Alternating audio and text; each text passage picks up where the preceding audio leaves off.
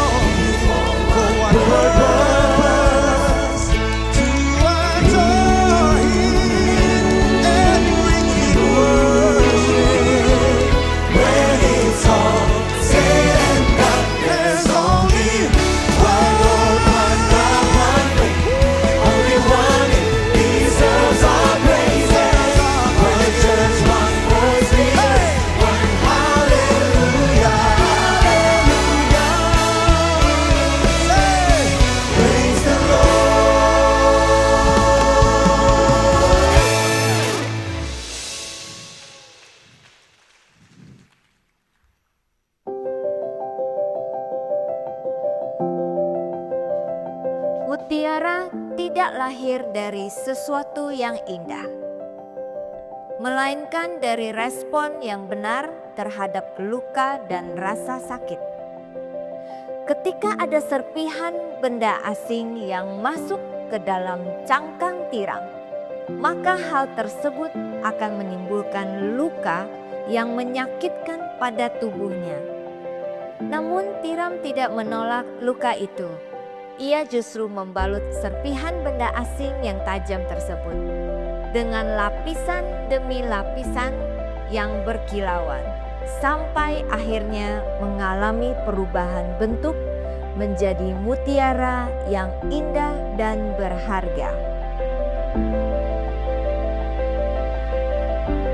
Seperti mutiara, Gilgal berawal dari respon yang benar terhadap panggilan Tuhan.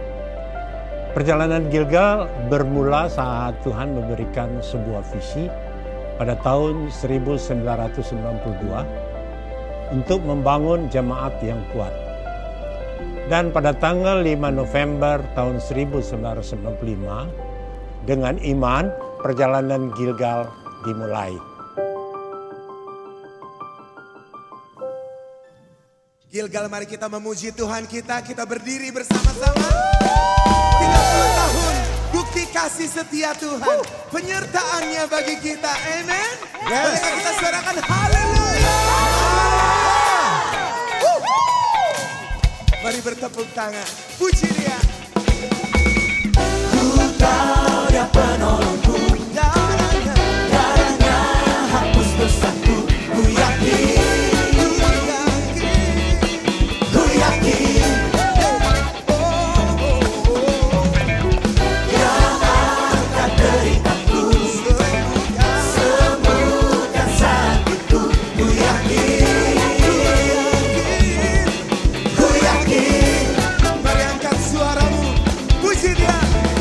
Ku angkat panji, Dia telah menang atas maut. Dia menebus jiwaku. Dia hiduplah, menebus. Terima kasih Tuhan. Dia hiduplah, Dia menebusku. Dia hiduplah, Dia menebusku. Dia hiduplah. Segala pujian, syukur bagi Tuhan kami, Yesus.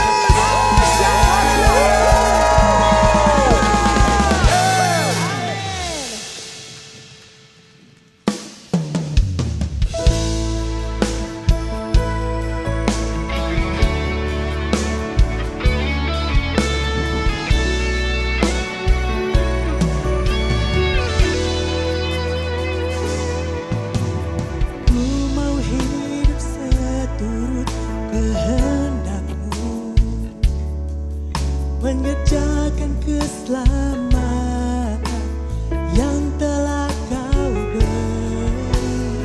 Biarlah hidupku menjadi jawaban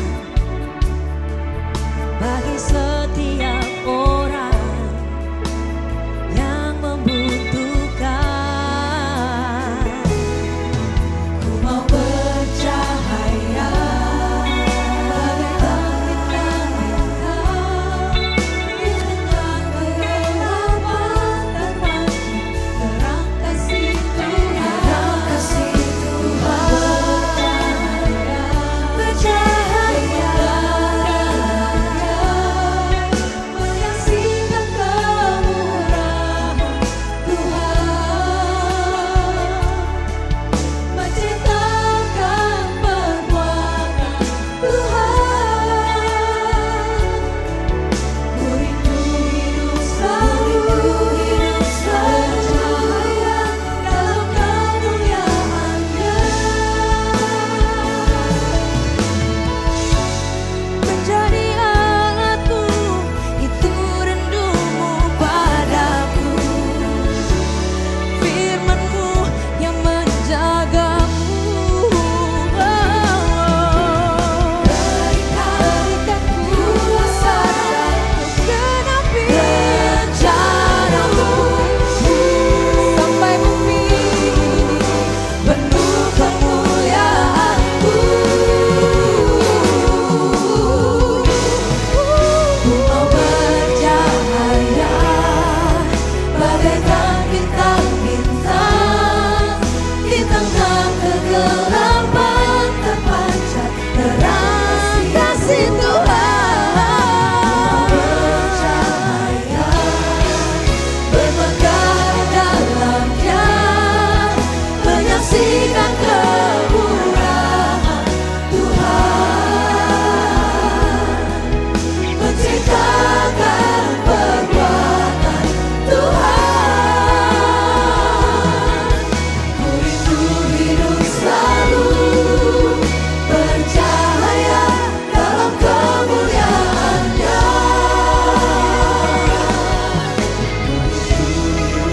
Ku rindu hidup selalu dalam kemuliaan-Nya.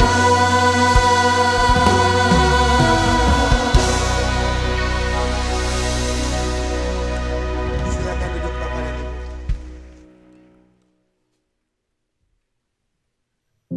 Perjalanan Gilgal tidaklah mudah. banyak air mata, beribu tantangan, dan hantaman badai yang harus dihadapi. Seperti proses terbentuknya mutiara, seperti itulah Tuhan membentuk kami, lapisan demi lapisan anugerah Tuhan, selalu membalut luka dan menghapus air mata. Waktu demi waktu berjalan, iman dan pengharapan senantiasa Tuhan tambahkan. Perlahan Tuhan membangun jemaatnya. Tanpa terasa, 20 tahun telah berlalu. Gilgal selalu dalam tuntunan Tuhan. Tiba saatnya, tongkat estafet pun diserahkan kepada generasi selanjutnya yang Tuhan sudah siapkan.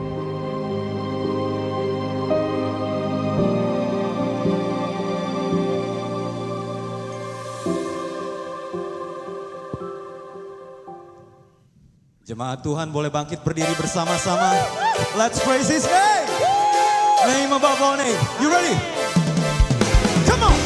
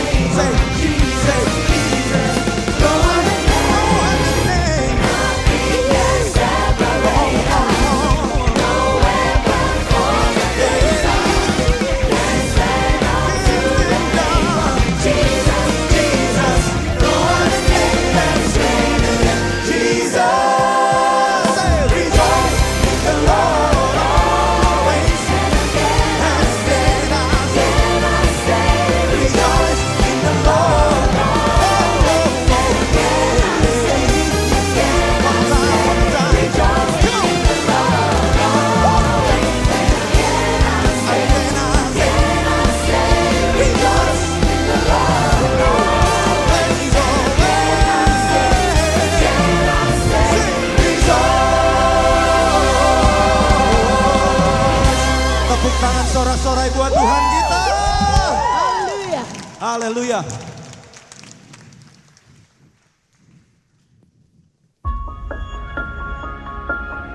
Saat ini, Gilgal telah berusia 30 tahun. Kami melihat bagaimana pekerjaan tangan Tuhan yang luar biasa. Tuhan yang telah memulai pekerjaan baik ini, dan oleh kasih karunia-Nya, Dia pasti akan terus menyempurnakannya, karena perjalanan ini belum berakhir. Masih ada hal-hal besar menanti yang Tuhan percayakan kepada kita semua. Biarlah Gilgal menjadi gereja di mana setiap pribadi menjadi jemaat yang kuat, berakar, bertumbuh, berbuah, selalu mencerminkan karakter Kristus dan menjadi saksi Kristus.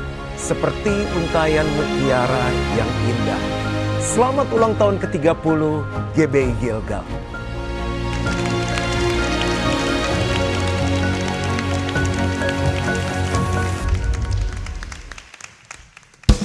Gilgal, my church, sing to the Lord. His name is Jesus. Hallelujah. Your name is great. Your name is wonderful.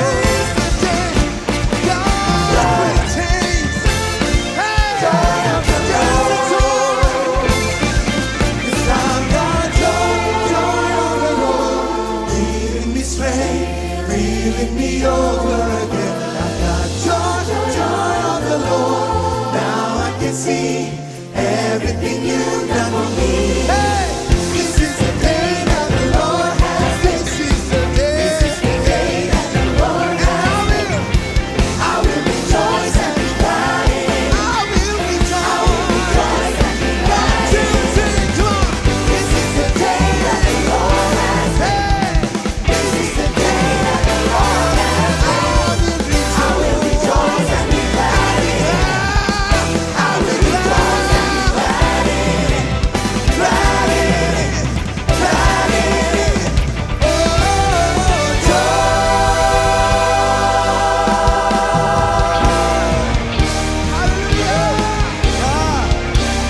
Mari hampiri tahtanya dan sembah Dia. Katakan,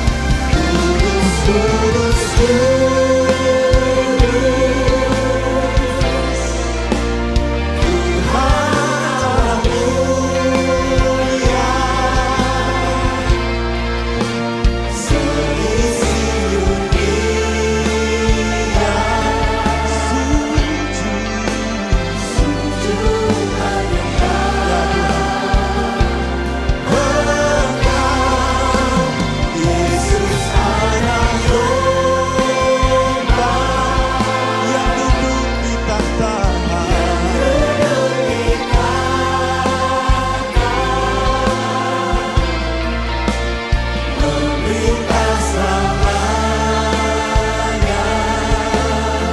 Atas manusia.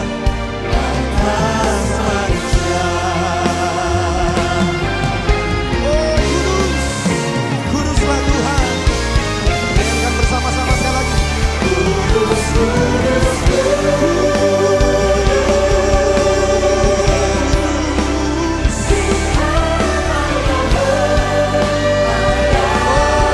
Ditinggikan Engkau Tuhan.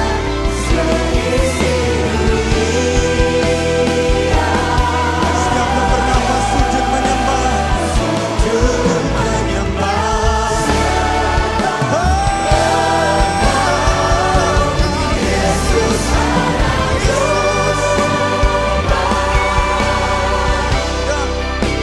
Yang dulu kita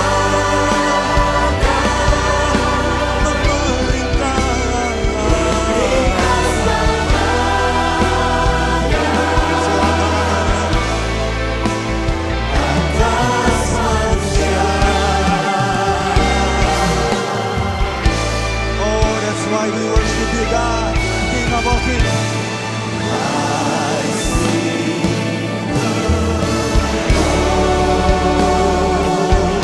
I see the Lord exalted high upon the worship of the people of the earth. I see the Lord. Yes, I see the Lord. I see the Lord. My eyes have seen the King, the Lamb upon the throne, who reigns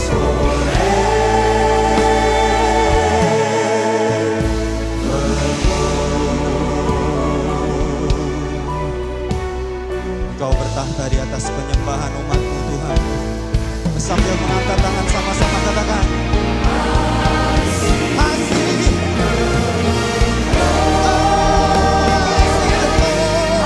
see.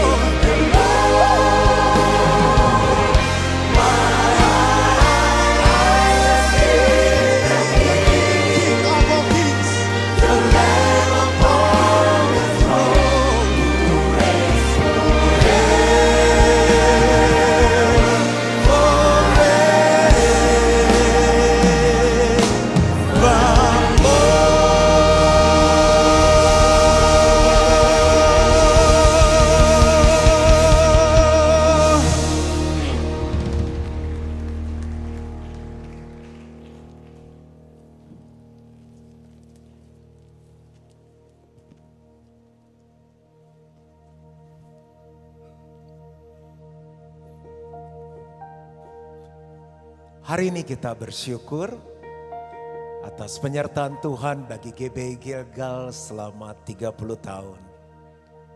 Perjalanan ini tidak selalu mudah.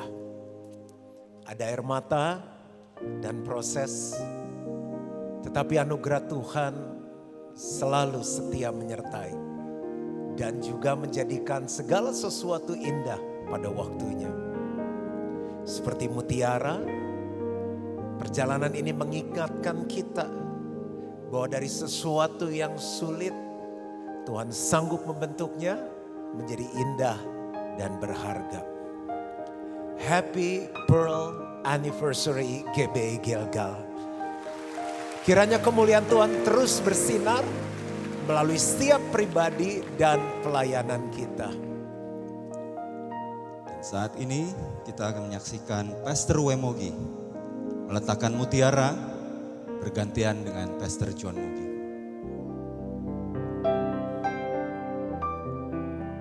Pastor Wemogi akan meletakkan mutiara yang pertama melambangkan perjalanan awal GBI Gilgal. Dan Pastor John Mogi meletakkan mutiara sebagai lambang perjalanan GBI Gilgal belum berakhir sampai Tuhan Yesus datang. Boleh kita kasih tepuk tangan? Dan selanjutnya, Pastor Lucia dan Pastor Meiti Mogi meletakkan untayan mutiara ke atas kue. Untayan mutiara yang diletakkan oleh Pastor Meiti Mogi dan Pastor Lucia Mogi melambangkan setiap jiwa-jiwa yang Tuhan sudah percayakan kepada Gilgal, saling terikat dan menyatu, saling melengkapi dan menjadi indah di mata Tuhan seperti keindahan mutiara itu sendiri. Boleh kita kasih tepuk tangan buat Tuhan kita. Dan saat yang indah ini kita akan sama-sama merenungkan kasih Tuhan lewat perjamuan kudus. Kita boleh siapkan roti dan juga anggur.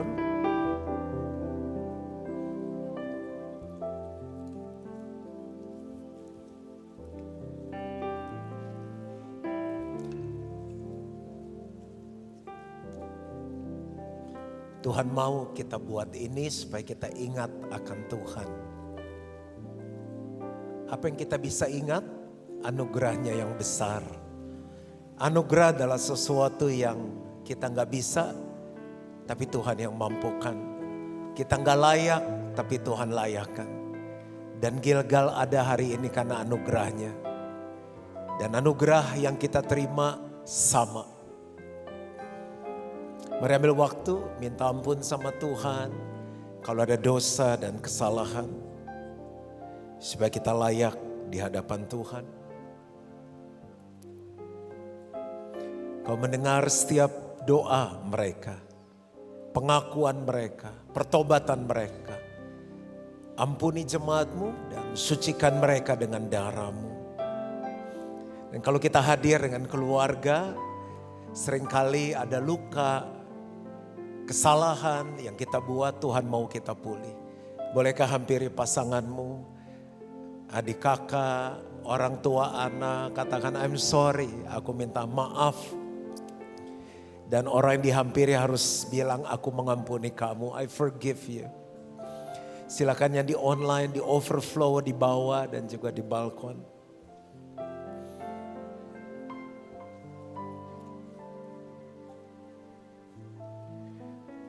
Pulihkan setiap keluarga, satukan mereka dengan kasih-Mu. Aku berdoa, memberkati roti dan anggur yang melambangkan tubuh dan darah Yesus. Supaya semua yang makan roti dan anggur ini beroleh persekutuan kembali dengan Tuhan. Rohnya kembali menyala-nyala. Semakin mengasihi Tuhan, mengenal Tuhan, melayani Tuhan. Jiwanya disegarkan kembali dan tubuhnya disembuhkan. Mari ambil roti yang melambangkan tubuh Kristus. Tangan kanan kita tinggi-tinggi. Sebab apa yang telah kuteruskan kepadamu telah aku terima dari Tuhan. Yaitu bahwa Tuhan Yesus pada malam waktu Ia diserahkan mengambil roti. Dan sudah itu Ia mengucap syukur atasnya. Ia memecahkannya dan berkata, inilah tubuhku yang diserahkan bagi kamu. Perbuatlah ini menjadi peringatan akan aku. Mari hari ini ingat ada anugerahnya yang besar bagi kita. Bolehkah kita bilang sama-sama terima kasih Tuhan untuk anugerah-Mu. Mari makan dengan ucapan syukur dalam nama Yesus.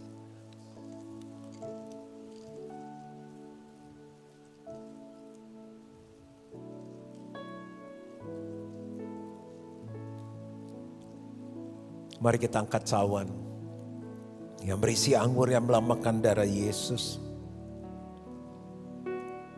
Demikian juga yang mengambil cawan sudah makan lalu berkata, cawan ini adalah perjanjian baru yang dimeteraikan oleh darahku. Perbuatlah ini setiap kali kamu meminumnya menjadi peringatan akan aku. Sebab setiap kali kamu makan roti ini dan minum cawan ini, kamu memberitakan kematian Tuhan sampai Ia datang. Biar anugerah yang kita terima, kita bagikan juga, ceritakan kepada yang lain. Supaya mereka mengalami anugerah Tuhan yang sama. Dan yang mau, mari kita minum ini dengan ucapan syukur di dalam nama Yesus. Bolehkah kita taruh gelas ini di tempat kita duduk? Berapa banyak yang bersyukur karena anugerahnya. Bolehkah kita berikan tepuk tangan untuk Tuhan kita yang luar biasa. Ku mau selalu bersyukur kepadamu Tuhan. Amin. Anugerah-Mu mempesonaku. Katakan selalu. Selalu dan selalu Kau angkat hatiku. Kau membuatku berharga di mana. Katakan selalu dan selalu. Selalu dan selalu Kau angkat hatiku. Kau membuatku berharga di mana. Mari angkat kedua tangan kita dan katakan. Selalu dan selalu Kau angkat hatiku. Kau membuatku berharga di matamu. Amin. Bolehkah kita ketemu beberapa orang dan bilang happy anniversary. Silakan yang di overflow, yang di online, yang di balkon juga katakan happy anniversary. Ya, kalau sudah selesai boleh duduk. Itulah kedewasaan, luar biasa bisa kasih anniversary ke 30 orang dalam waktu 13 detik.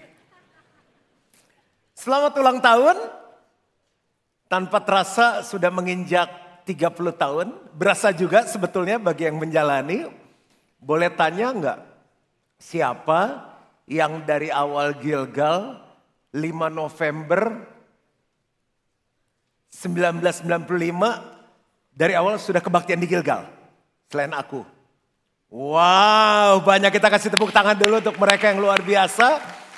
Dan hari ini saya mau khotbah dengan sebuah judul adalah Successful in Christ. Sukses di dalam Tuhan. Ada banyak jenis sukses dan sukses menurut dunia belum tentu dapat persetujuan dari Tuhan. Dunia boleh angkat jempol, dunia boleh kasih tepuk tangan dan bilang ini keren bro. Tapi kalau surga nggak angkat tangan, menurut saya kita masih terus perlu mencari sukses di dalam Tuhan. Dan saya akan hubungkan ini dengan ulang tahun Gilgal ke-30 dan juga values, nilai dari GB Gilgal yang terakhir. Saya akan jadikan satu, yaitu teamwork dan attitude. Teamwork itu adalah kerjasama. Di Gilgal kita nggak lakukan one man show karena semuanya itu tubuh, kita anggota tubuh Kristus. Nggak peduli siapa yang nendangin bola ke gawang, yang penting gol, kerajaan Allah menang. Lalu attitude adalah sikap, mau hebat, mau pinter, mau kaya, mau orang lama. Tapi yang paling penting adalah sikap kita mencerminkan Kristus atau tidak. Karena sikap kita menentukan ketinggian terbang dalam hidup kita. Nah, kita akan gabungkan teamwork dan attitude sebagai kunci mengalami sukses di dalam Tuhan. BTW, siapa yang mau sukses di dalam Tuhan? Selain aku, wow. Bapak Ibu, kalau saya coba tanya ya, ini kan ngomong teamwork sama attitude ya. suami istri nih, keluarga. Menurut Bapak Ibu yang membuat keluarga sukses tuh peran suami atau istri? Dua-duanya, teamwork kan? Kalau suaminya oke, istrinya nggak oke, piye? Istrinya oke, suaminya nggak oke, gimana? Nggak bisa. Jadi suami harus punya attitude baik, istri punya attitude baik, teamwork, keren banget. Cuma ada di Gilgal. Nah, berikutnya. Negara bagus nih, punya visi. Negara yang bersih, negara yang maju. Terus dia bikinlah peraturan. Sebagus apapun peraturannya, kalau masyarakatnya nggak mau, ya nggak bisa. Negara yang bersih. Dia buang sampah seenak, habis buang kulit permen, habis makan permen, bungkusnya dibuang. Terus, aduh lagi ngedek nih nyangkut, seenaknya buang lu udah. Ya nggak bisa, makanya pemerintah kasih peraturan, kasih denda. Tujuannya supaya ada kerjasama, cuma kan gak enak kalau teamwork pakai hukuman, pakai peraturan. Harus dari dasar kedewasaan. Gilgal udah 30 tahun, lagi contoh lain. Di sebuah sekolah nih, ada guru, ada murid, biasanya 30-40 murid sekelas. Yang menentukan murid itu sukses, murid itu sendiri atau gurunya? Kan nanya. Let's make a deal. Pendetanya bertanya, jemaatnya menjawab. Kira-kira yang bikin sukses tuh gurunya atau muridnya? Serius. Karena begitu sekolahnya lulus, misalnya kampus lulus, ada yang sukses, ada yang enggak. Jadi dua-duanya harus teamwork. Lagi nih, di sebuah gereja A lah sebut ya. Ada pendeta, ada jemaat. Dengar khotbah yang sama. Jemaatnya nggak sukses, yang salah pendetanya atau jemaatnya? Pendetanya. Memang harus berani, ya. Harus berani. Dari 5 kebaktian paling berani. Tadi yang pertama udah pasrah jemaatnya, oke. Terakhir nih. Coba kita lihat masih berani nggak? Saya di sini aja deh. Siapa yang di sini anak Tuhan? Kalau ikut Tuhan lama dan nggak ngalami keberhasilan dalam Tuhan, salah Tuhan atau salah kita? Ayo.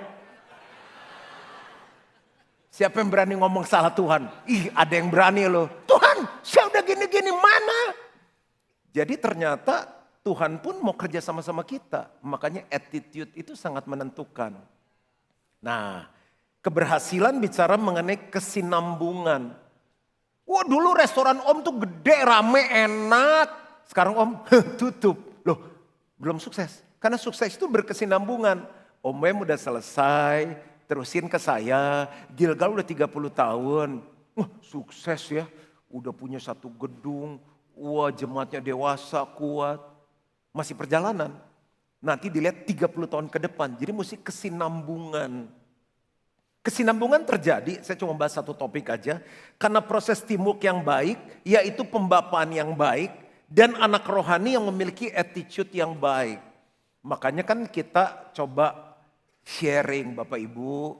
Kalau cuma di kebaktian minggu, bagus. Yuk melangkah satu tahap lagi, masuk deh ke family cell. Sebuah keluarga rohani, kelompok kecil di mana kita digembalakan, dimuridkan, disatukan dan ditolong untuk melakukan firman.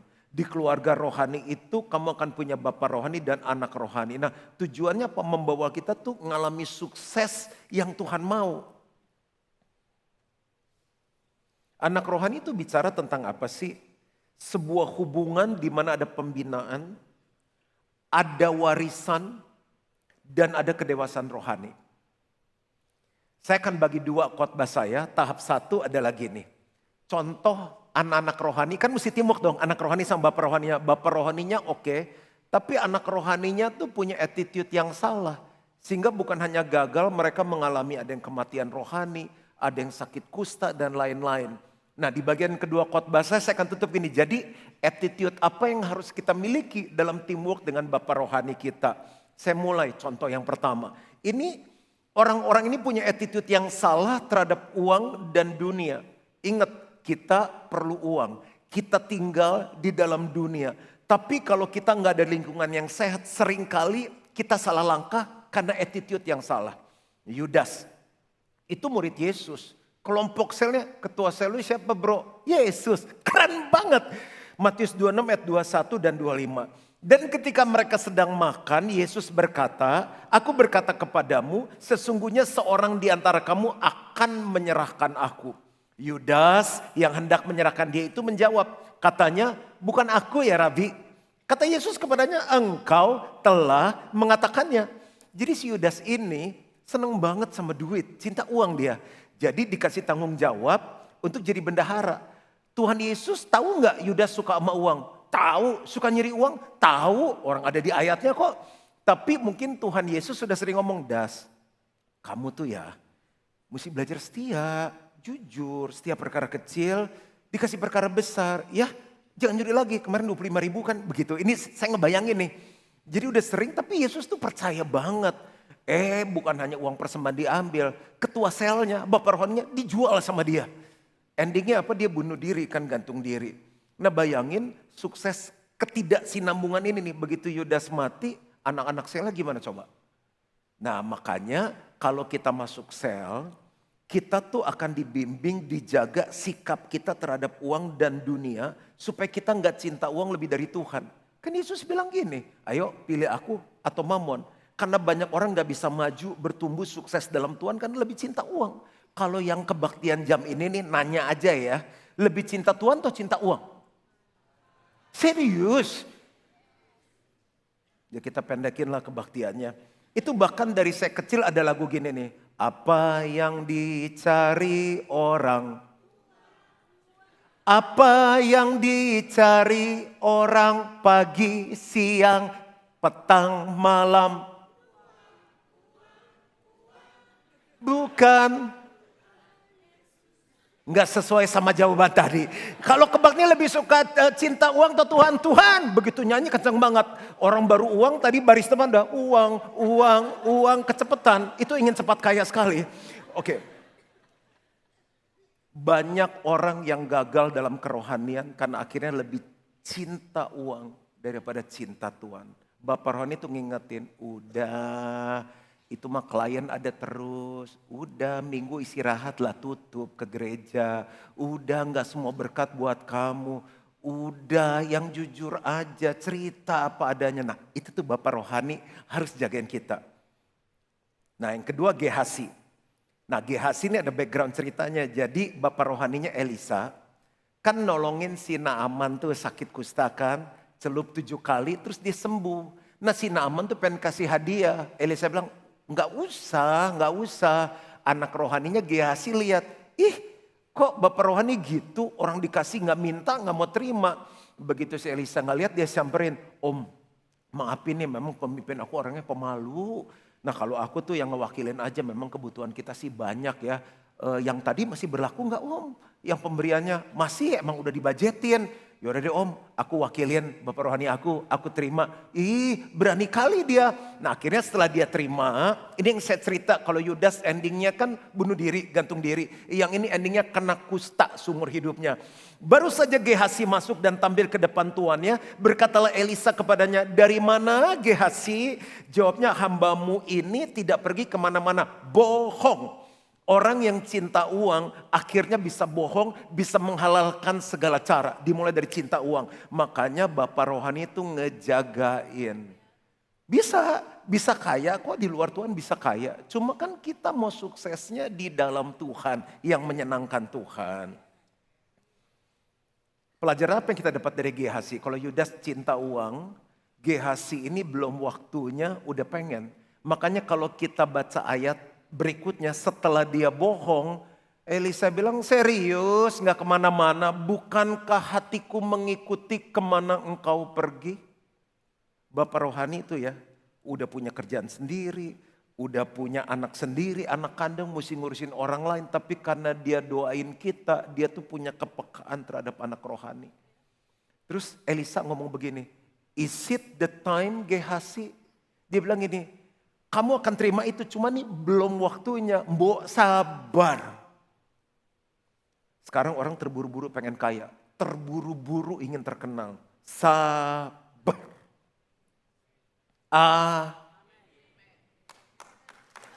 Yang ketiga contohnya Demas.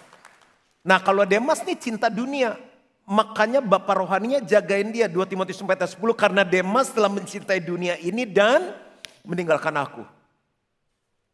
Dulu aktif, dulu rajin, tiba-tiba kemana dia nggak muncul? Muntaber, mundur teratur tanpa berita. Mengapa? Karena dunia. 1 Yohanes 2 ayat 15-16, apa sih dunia? Janganlah kamu mengasihi dunia dan apa yang ada di dalamnya. Tiap hari lihat medsos, TikTok, Instagram, apapun. Dunia.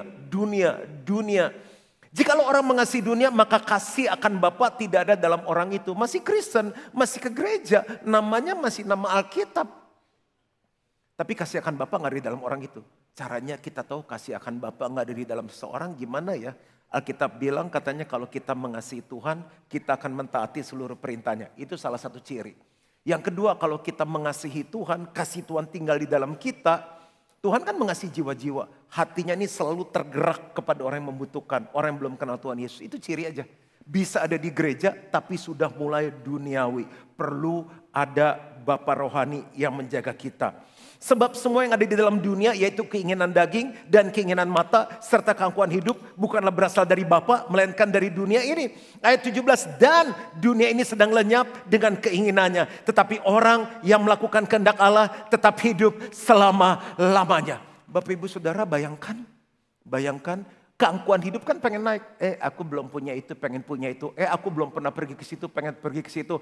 Aku belum seterkenal dia, aku pengen naik. Itu kan aku, pengen naik, pengen lebih, pengen besar. Enggak ada yang salah karena kita punya Tuhan yang besar. Cuma kalau enggak dijaga, akhirnya dia sukses dengan kekuatan sendiri dan dengan cara sendiri. Dan bukan itu yang Tuhan mau. Ini contoh attitude yang salah. Yang kedua, attitude yang salah terhadap nasihat, teguran, disiplin. Ini semua sepupuan, satu keluarga. Coba bilang sama-sama, nasihat, teguran, disiplin. Nah, kata disiplin berasal dari bahasa Latin disiplina yang berarti pengajaran, latihan, atau pembelajaran yang teratur. Akar katanya adalah discipulus yang berarti murid. Dari kata inilah juga muncul kata discipleship. Bapak Ibu, kalau mau sukses dalam Tuhan kita perlu nasihat. Kapan terakhir kita terima nasihat? Ya ampun pastor, udah segede gini kali ya, udah mau setengah abad masih terima nasihat. Kita perlu nasihat, kata Alkitab. Secara firman Tuhan. Kapan terakhir kita terima nasihat? Enggak ada pastor, family cell leader saya enggak berkasih nasihat. Kemungkinan dia sungkan, kemungkinan dia takut. Kemungkinan dia sudah ngomong, tapi dia pikir enggak ada harapan. Kapan terakhir kali kita terima teguran? Enggak pernah pastor, aku udah sempurna banget 11-12 sama Tuhan Yesus. Kita perlu orang yang lihat kelemahan kita.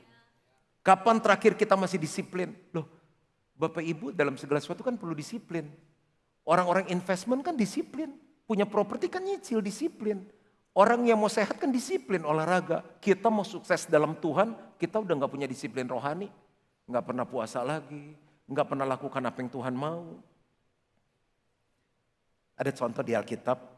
Ini anak pendeta, anak Imam Eli, namanya Hofni dan Pinehas. 1 Samuel 2 ayat 24-25, janganlah begitu anak-anakku. Bukan kabar baik yang ku dengar itu, bahwa kamu menyebabkan umat Tuhan melakukan pelanggaran. Tahu gak dia ngapain?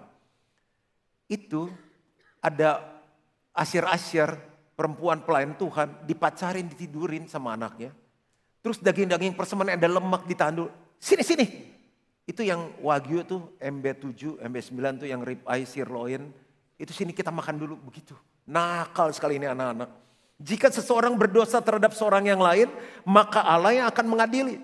Tetapi jika seseorang berdosa terhadap Tuhan, siapakah yang menjadi perantara baginya? Baca sama-sama 2, 3. Tetapi tidaklah didengarkan mereka perkataan ayahnya itu. Kenapa perlu punya Bapak rohani, teamwork dengan kita dan kita kasih attitude yang baik. Karena kita perlu nasihat, kita perlu teguran, kita perlu disiplin dalam kehidupan. Yang ketiga, attitude yang salah terhadap proses. Orang gak suka proses sekarang, sukanya instan. Tada! Jadi, paling gak suka yang proses. Contohnya Adonia, 1 Raja-Raja 1 ayat 5-6. Lalu Adonia anak Hagit meninggikan diri dengan berkata, aku ini mau menjadi raja. Ia melengkapi dirinya dengan kereta-kereta dan orang-orang berkuda serta 50 orang yang berlari di depannya. Selama hidup Adonia, ayahnya belum pernah menegur dia dengan ucapan, "Mengapa engkau berbuat begitu?" Ia pun sangat elok perawakannya dan ia adalah anak pertama sesudah Absalom. Seringkali saat kita punya ketampanan kekuatan fisik, saat kita punya keturunan yang jelas, aku anak siapa? Wah, kalau ribut, lo nggak tahu gue siapa. Lalu dia punya fasilitas, itu membuat dalam kehidupan dia pikir secara rohani pun dia bisa naik seperti dia naik secara jasmani. Saya lahir udah kaya, darah saya biru, keluarga saya orang hebat, saya kaya, saya bisa beli apa aja, saya beli siapa aja. Begitu ikut Tuhan, dia pikir aku bisa naik tanpa proses. Gak bisa. Tuhan kita adalah Tuhan proses. Bapak Ibu, kalau dia instan untuk buat kita bertobat gampang. Kemarin siapa yang kena macet hari Jumat? Kaget. Enak gak macet? Ada yang pengen kencing, ada yang pengen segala macam lah. Itu kalau mau melahirkan saya bingung tuh bagaimana caranya. Itu baru dikasih macet. Ingat waktu COVID, itu saya baru IG live. Nggak ada gitar, nggak ada apa-apa. Itu kan istri saya lagi sakit, saya mau berobat. Kita IG live berdua, akapela. Saya masih screenshot itu 8.900-an yang follow. COVID mulai reda kan turun 6.000, 5.000, 4.000, 3.000, 2.000, 1.000. Nggak ada lagi sekarang IC Live. Bisa kan Tuhan kerja instan? Bisa. Tapi Tuhan proses nyelamatin kita. Kenapa dia dari surga mulia turun ke dunia ini jadi manusia, jalan kaki, lahir di kandang. Dia harus pikul salib, berat, jatuh, berdiri lagi, jatuh lagi, berdiri lagi, jatuh lagi, berdiri lagi. Harus ditelanjangin, harus diludahin, harus ditusuk, harus dipakai mahkota duri, harus tergantung di kayu salib. Dia mau ngajarin sama anak-anaknya bahwa kekristenan itu nggak ada yang instan. Semuanya proses. Karena proses membentuk kita. Proses membangun persistensi dalam kehidupan kita. Kenapa banyak orang gak bisa sukses dengan cara Tuhan? Karena ingin cepat kaya, ingin cepat besar, ingin cepat terkemuka. Akhirnya cepat ketangkep KPK, begitu. Coba bilang sama-sama proses. Kalimat ini pengen coba ngomong gak? Aku suka proses. Agak susah kan? I love proses. Bapak Ibu jangan lihat GBI Gilgal sekarang 30 tahun. Karena ada seorang yang namanya Pastor Wemogi dan istri yang melewati semua proses itu. Tepuk tangannya yang meriah dong. And shout haleluya. Nah sekarang saya masuk khotbah bagian kedua. Ini contoh-contoh. Jadi bapak rohaninya top. Anak rohaninya gak punya attitude yang baik. Gak mau kerjasama. Gak berhasil. Nah attitude baik apa yang perlu kita bangun nih masuk usia 30 tahun. Supaya bisa teamwork dengan bapak rohani kita. Dengan Tuhan. Dan kita ada di journey of success. Yang pertama adalah accountability. Atau akuntabilitas. Gini ya. Kalau responsibility itu tanggung jawab. Dia orangnya tanggung jawab banget. Bagus. Tapi apakah dia accountable? Responsibility itu gini. Misalnya dia ke keluarga. Udah pokoknya kasih tahu aja sama papa. Kamu mau sekolah luar kota, luar negeri, luar angkasa. Papa bayarin semuanya. Mau S1, S2, S3, S7, STLR. Papa bayarin semuanya. Luar biasa gak punya papa kayak begini. Bilang sama istrinya. Yang penting gue transfer lu uang belanja. Gak pernah telat. Lu beli apa? Beli aja. Gesek aja. Kenapa semangat sekali ini. Enak doang punya suami gitu kan. Tapi jangan coba pertanyakan dia tentang sesuatu. Wah, mau kemana lagi? Beresin koper ke Singapura. Ngapain? Meeting. Wah sering banget meeting ke Singapura. Ya kan harus sering dapat duit. Terus pergi sama siapa? Sendiri. Pulang hari apa? Minggu depan. Meeting bisnis apa sih? Udah lu gak usah tahu gitu. Jadi kebanyakan lu udah gak usah tahu. Handphone gak boleh dipegang. Rekening gak tahu. Udah jangan dulu. Loh Pak, bukannya kemarin baru dapat untung dari proyek itu 500 juta. Ya udah habis karena juga banyak keluaran gitu. Rahasia, misterius. Akuntabilitas adalah sikap mempertanggungjawabkan tindakan, keputusan, dan hasil kepada pihak lain. Dia nggak takut ditanyain kenapa, bagaimana, di mana, kapan, apa yang sedang dilakukan, dia bisa jawab. Ke keluarga, ke Tuhan, ke teman-teman seiman, ke partner bisnis. Ada partneran pengeluaran uang dia nggak mau tahu. Udah pokoknya lu beres aja pengeluaran untung. Tiba-tiba jebol keuangan, nggak akuntabel dia. Waktu keuangan pernikahan keputusan program. Ada jemaat ketemu saya. Pastor enaknya jadi pendeta. Maksudnya? Kan tiap hari nganggur. Cuma minggu doang pegang mic terus ngomong enak jadi pendeta. Excuse me? Saya bilang tanya sama sekretaris saya jadwal saya. Satu hari saya bisa 7 meeting. Kadang kalau karena pemberkatan nikah kan bisa ke Bandung, bisa ke Bali. Kadang cuma turun 4 jam, turun dari airport, makan ping tempong dulu, pemberkatan, langsung ke airport, terbang lagi pulang. Besoknya mesti khotbah. Meeting demi meeting, makan malam dengan keluarga menjadi sebuah kemewahan bagi kami. Oh gitu, saya pikir tuh pastor tuh nganggur Senin pas Sabtu. Nah, jadi saya bisa pertanggungjawabkan jemaat yang datang mau jadi jemaat kan ikut membership class. Saya bilang saya kasih tahu ya, Bapak Ibu tuh kasih keuangan, membawa perpuluhan ini dipakainya ini nih. Kita ada perpuluhan ke sinode, kita ada cadangan, kita ada personalia. Tapi kita juga ada biaya misi, ada sosial, ada diakonia, ada pendidikan. Oh gitu, bisa ditanya, bisa dipertanggungjawabkan.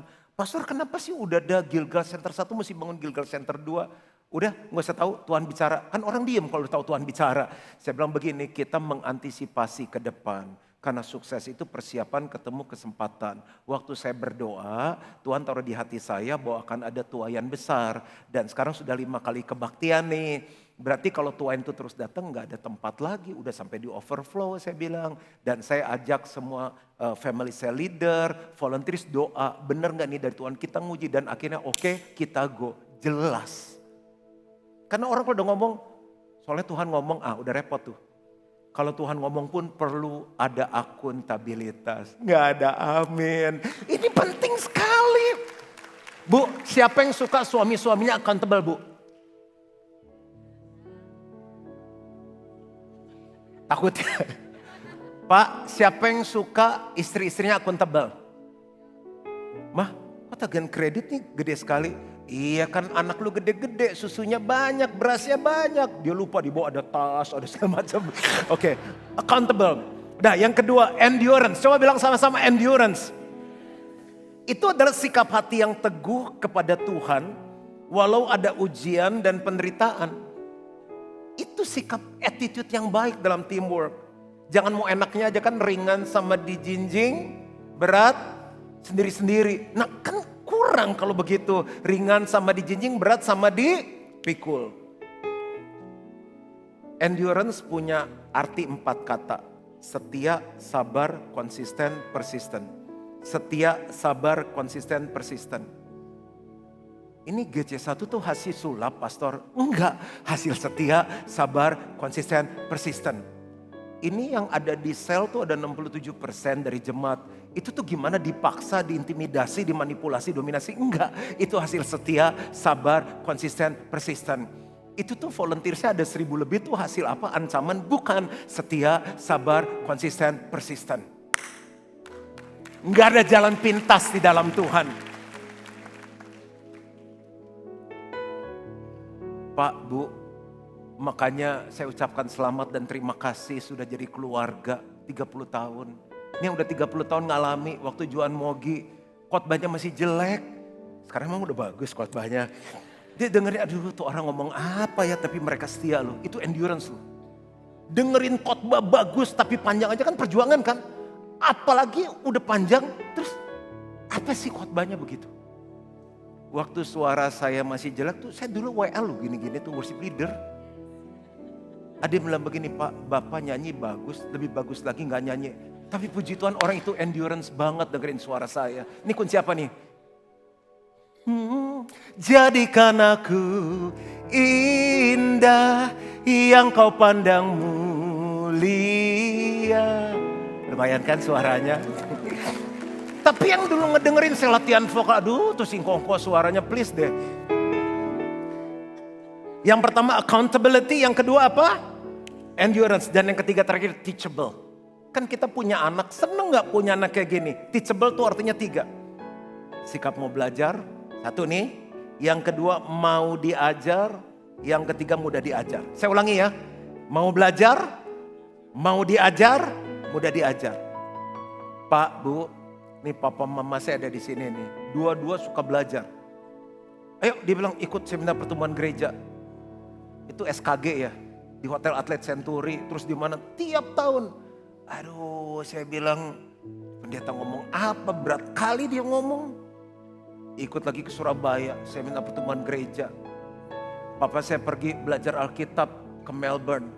Belajar lagi tentang sel di mana itu di Solo kita pergi. Di Seoul gerejanya Yonggi-cho. Terus udah sampai lupa belajar kemana aja lagi. Dan dia pergi nggak pernah sendiri, ngajak rame-rame. Terus waktu saya diminta untuk mimpin GBI Gilgal, saya lihat oh dia maju karena belajar. Makanya saya suka belajar. Ini tim nih, kita ajak belajar sama-sama. Ada pengusaha-pengusaha yang kita ajak belajar sama-sama. Ya dokter gigi nggak belajar juga ketinggalan kali. Pedagang nggak belajar ketinggalan. Yang nggak sosmedan sekarang ketinggalan. Bapak Ibu, nanti tanggal 11, 12 November ya, ada Church Leaders Conference di tempat ini. Ini udah ke-8 kali ya. Jadi next gen, CLC kayak gitu. Saya dapat report kurang lebih udah sekitar hampir 1.200 yang akan datang tuh leaders yang ikut. Pernah kepikir enggak sih? Karena saya teamwork, Pak Wem sebagai papa rohani saya, anak-anak rohani saya teamwork, suruh belajar siap. Sekarang kita bukan hanya belajar, tapi kita ngajarin bukan hanya kota-kota, tapi sampai bangsa-bangsa. Doa saya di hari ulang tahun yang ke-30 ini, semua jemaat GBI Gilgal mengalami sukses di dalam Tuhan. Tuhan memberkati.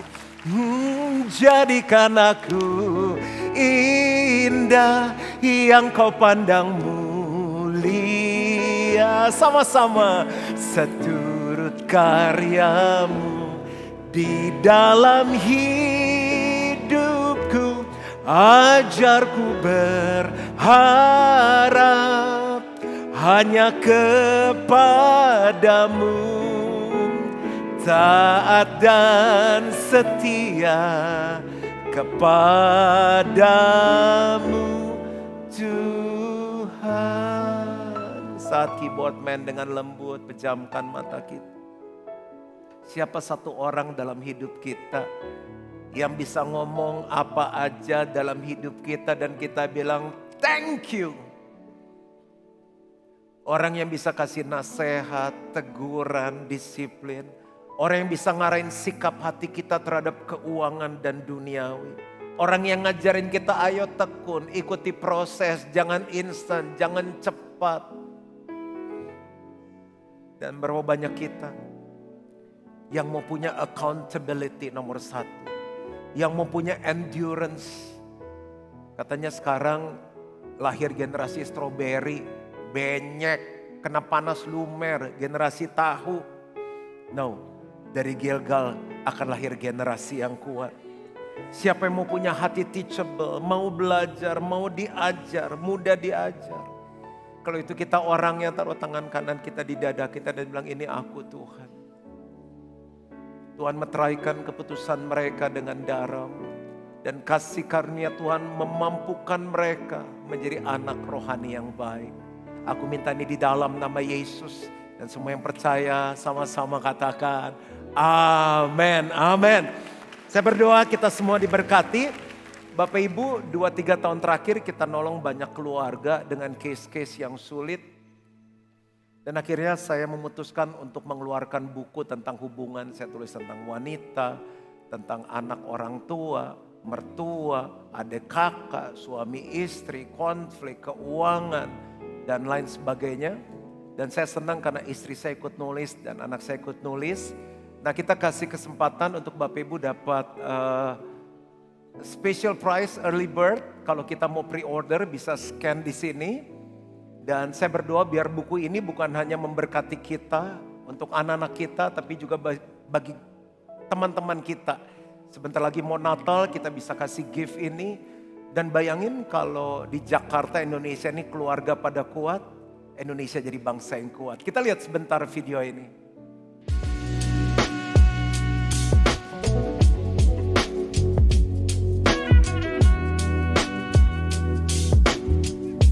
Bersyukur banget bisa nulis buku tentang keluarga bersama dengan istri dan anak. Aku awalnya ragu karena belum pernah tulis buku dan Dedi udah sering banget tulis buku. Tapi puji Tuhan berhasil juga. Kami berharap buku ini bisa menjadi panduan untuk menemukan resep bahagia keluargamu. Segera dapatkan special package family recipe karena happy family is fun.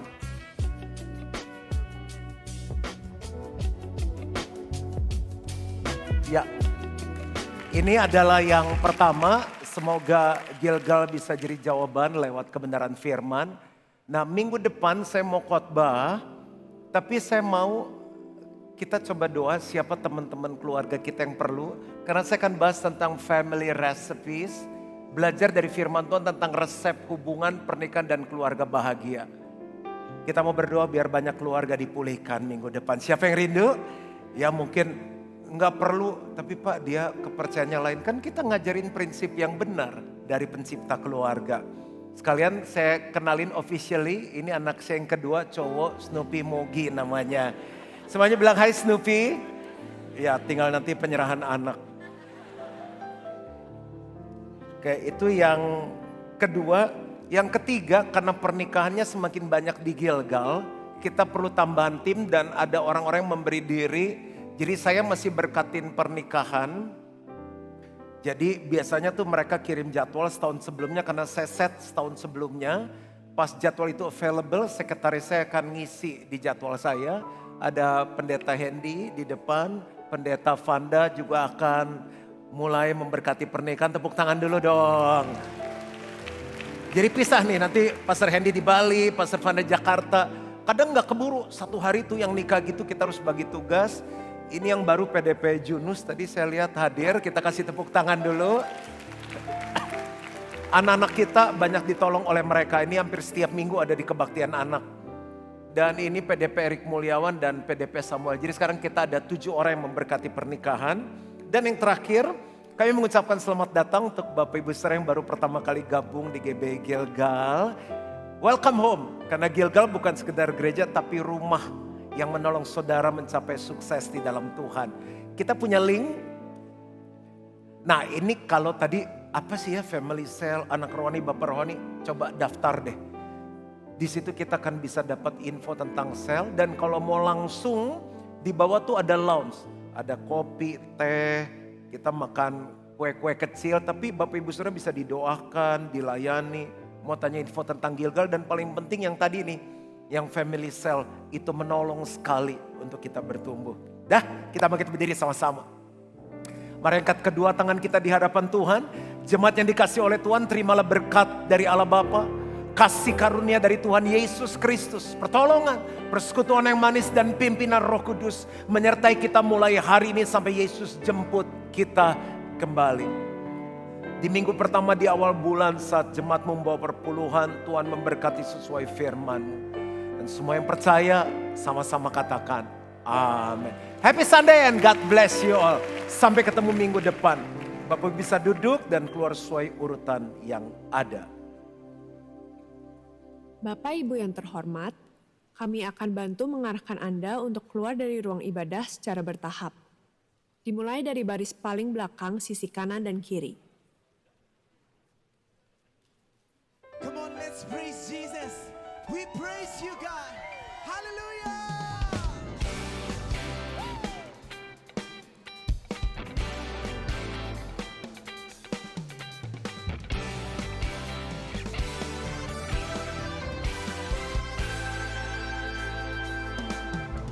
Your name is great. Your name is wonderful. Your name is beautiful. That's what you are to me. Now I am free. Now I am saved. Now I will sing for you are worthy. Oh, I praise you, Jesus. Oh, I bless your name. Oh, I worship you. Berikutnya silahkan meninggalkan ruang ibadah. Terima kasih atas kesabarannya menunggu.